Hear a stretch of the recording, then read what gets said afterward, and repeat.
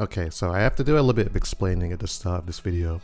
So, you know when you play gyro or motion controls, and you've been playing for a little bit, and suddenly you notice your crosshair starts to move by itself, with you not even actually making any sort of movement with your wrists to translate what's going on the screen in front of you. We call that motion drift today, and in this video I want to explain why that actually happens, and it's honestly a big problem. Now I need to make it very clear, if you notice this motion drift thing happening for you, this does not mean your controller is broken, as this is actually something that occurs on absolutely every controller, and pretty much after this video you can try it for yourself. So the reason for why motion drift happens in the first place is all due to how you move the controller. Basically, if you move and hold your controller extremely slowly, making the most slight movement of your gyro controller, basically what will happen in Splatoon, you'll notice that your crosshair completely stops tracking and will then try to recalibrate itself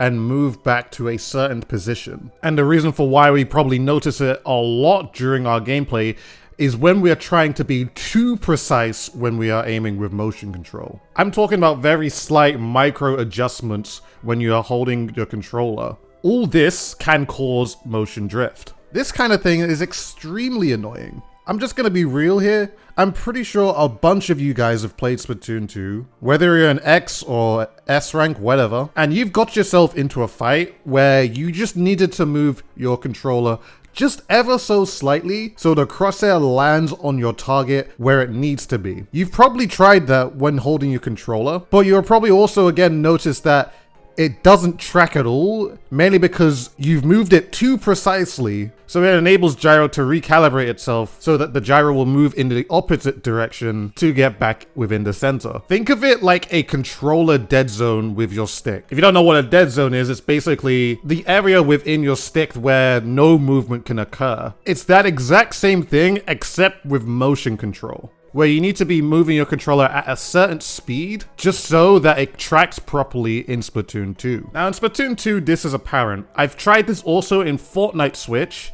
and it seems there's actually a much larger dead zone when you actually are playing motion in that game too. Now in the pictures as you see here, I am demonstrating on my stream where I move the controller very slightly and the gyro does a complete 360 without me moving the controller at all.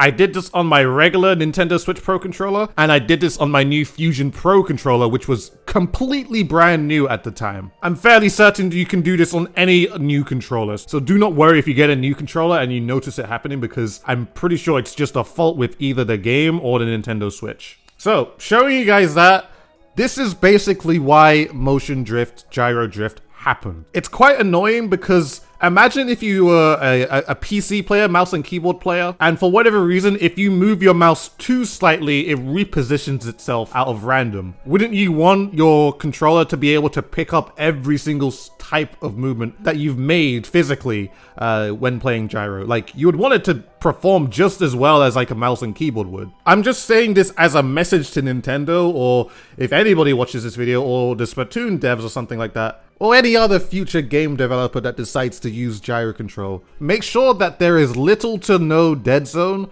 on your gyro controller, because this does not allow people to play as precisely as they want to. I hope that's fixed in Splatoon 3, or I hope it's some sort of update that they can apply to the Switch itself for all Nintendo Switch controllers to not be affected by this weird motion drift thing. And yeah, I hope I explained this as well as I possibly could, because I know for sure this thing, especially for Splatoon players, is affected like 99.9% of them, or actually probably just 100%. I guess minus the stick control players. They don't really occur in this situation, but you know what I mean. Either way, I've explained enough. I hope you guys enjoyed this video. I hope it was helpful, and that's all I gotta say, guys. Thank you very much for watching. Make sure to join my public Discord, make sure to join me on Twitch, and subscribe to the channel if you have not already, and don't forget to like this video if you enjoyed it.